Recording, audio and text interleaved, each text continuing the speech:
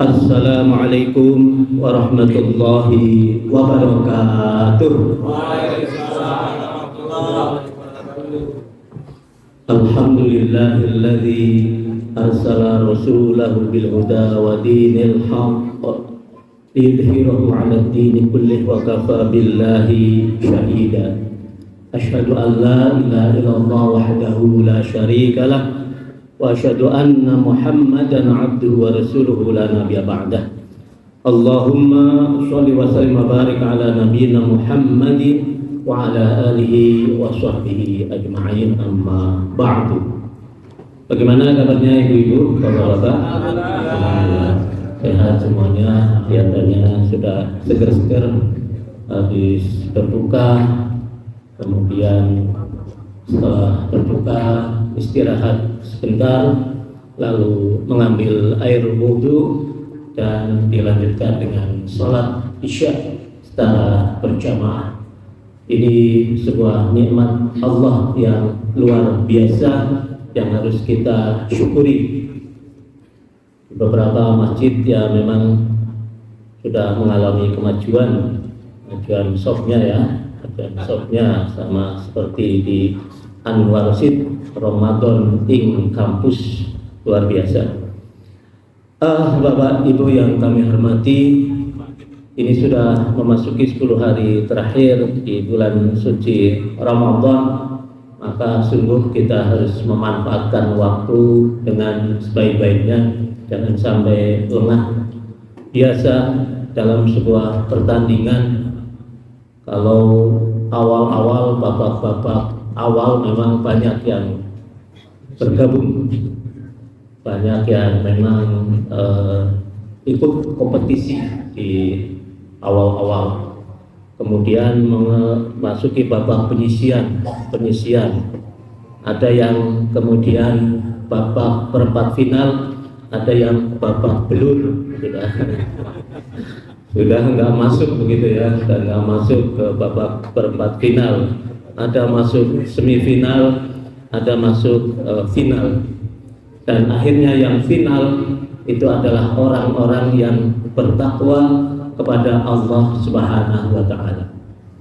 Kenapa bahasanya la'allakum tattaqun?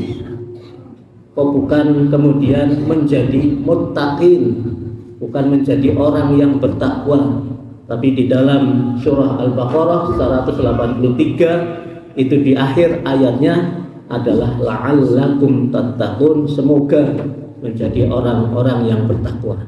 Karena memang untuk menjadi orang muttaqin itu butuh proses yang tidak hanya berpuasa saja seperti ini, tidak hanya berpuasa Ramadan, tapi ada proses yang lain.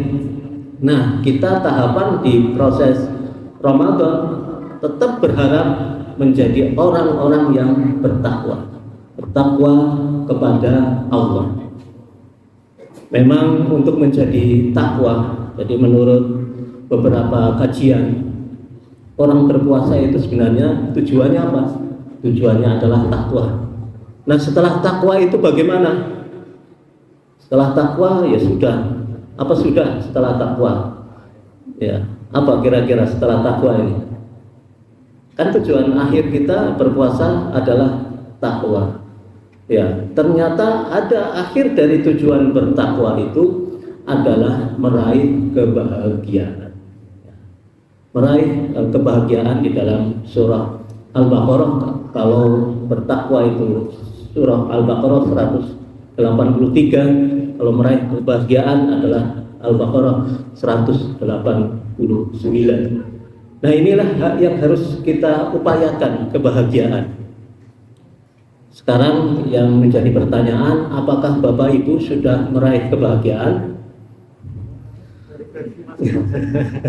Dari versi masing-masing kebahagiaan. Tolok ukur kebahagiaan itu bagaimana sih sebenarnya?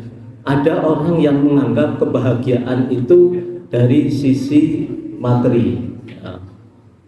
Sawang sinawang, kalau di dalam bahasa Jawa itu orang yang meraih kebahagiaan, kita melihat orang lain itu sepertinya bahagia.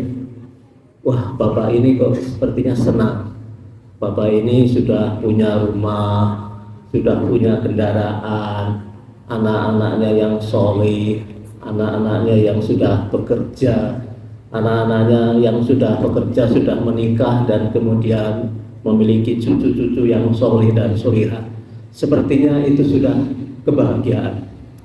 Sementara ada orang lain yang kelihatannya hidup susah, ketika berdagang saja repot banget larisnya, ketika menjadi karyawan ya hanya itu saja, seolah-olah orang itu tidak bahagia.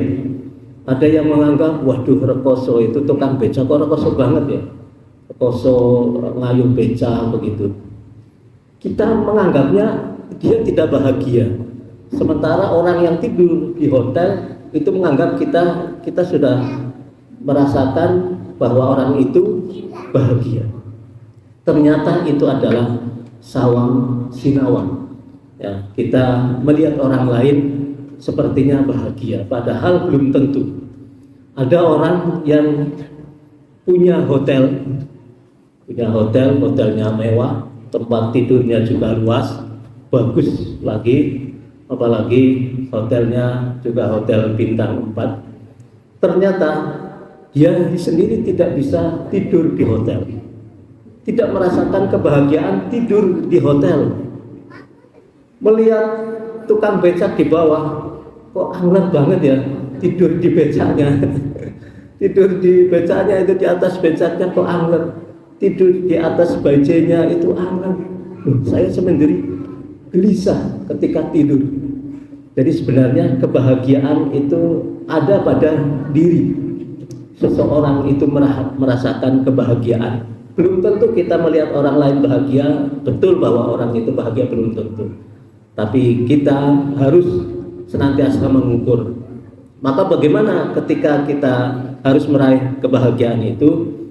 Maka segitiga kebahagiaan adalah adanya syukur. Nah, kita bersyukur kepada Allah Subhanahu wa Ta'ala. Apapun yang kita raih pada hari ini harus kita syukuri. Kita tidak boleh kemudian melihat orang yang berada di atas kita. Berada di atas kita, kita akan tidak merasa bersyukur. Waduh, saya baru punya sepeda motor, dia punya mobil. Dia mobil, kalau ada hujan, tidak kehujanan, saya harus buka mantel, harus kemudian kehujanan tubuhnya ketika hujan.